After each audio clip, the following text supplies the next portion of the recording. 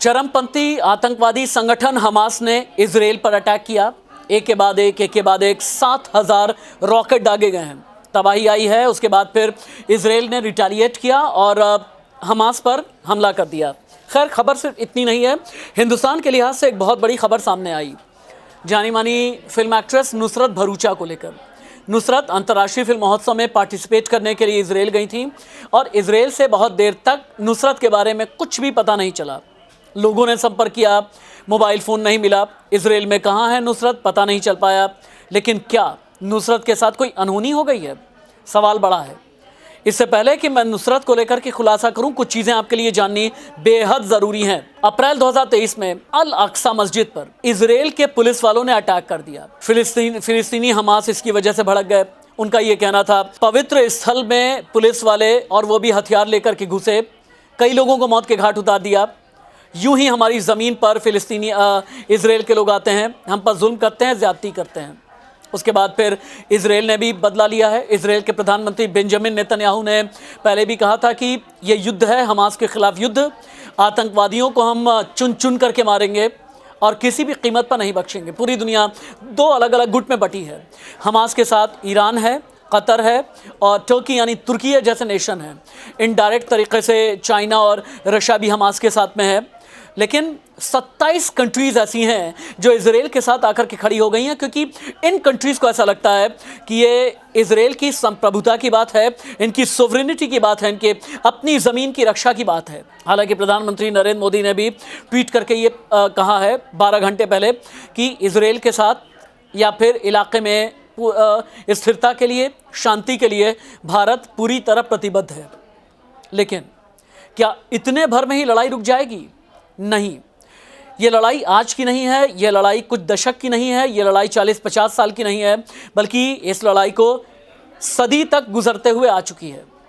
इस सदी में दोनों के बीच 20 बड़े युद्ध हुए, लेकिन अभी तक नतीजा रहा सिफर। क्यों सिफर रहा? हुआ क्या? फिलिस्तीन में 2 इलाके हैं, एक इलाका है गाज़ा पट्टी और एक इलाका है वेस्ट बैंक। गाज़ा पट्टी, जिसे अंग्रेज़ी में गाज़ा स्ट्रिप भी कहा जाता है, इस गाज़ा पट्टी को लेकर के फ़िलिस्तीन का ये कहना है कि ये हमारा इलाका है। लेकिन इजराइल वाले ये कहते हैं कि नहीं, ये ज़मीन हमारी है। क्या हुआ? सेकेंड वर्ल्ड वॉर के वक्त में नाज़ी जर्मनी में हिटलर ने बहुत ज़्यादा बर्बरता की, जूज़ यानी यहूदियों पर बहुत जुल्म किए। यहूदियों को ये लगा कि जर्मनी आसपास के इलाके में हम रह नहीं सकते, यहूदी भाग करके बाहर निकलने लगे। यहूदियों के लिए कोई एक ऐसा अरब मुल्क जो उनके लिए सेफ साबित हो, उसे ढूंढा गया। ये लोग फ़िलिस्तीन आए, धीरे धीरे करके फ़िलिस्तीन में अपना विस्तार किया। विस्तार करने के साथ ही साथ बड़ी बात यह थी कि यहूदी और मुस्लिम, इन दोनों के जो धर्म स्थल हैं, एक ही जगह पर आकर के, यानी यरूशलेम, जिसे जेरूसलेम भी बोला जाता है, यरूशलेम में भी है और यहीं से लड़ाई शुरू होती है। लड़ाई उसके बाद फिर गाज़ा पट्टी को लेकर रही और लड़ाई वेस्ट बैंक को लेकर के रही। फ़िलिस्तीन ने क्या किया? 1967 में, यानी लगभग 6 दशक पहले, बहुत बड़ा अटैक किया फ़िलिस्तीन पर और उसके बाद फिर गाज़ा पट्टी और वेस्ट बैंक पर कब्ज़ा कर लिया। 80s का एंड आते आते हमास जैसे चरमपंथी संगठनों की स्थापना हुई।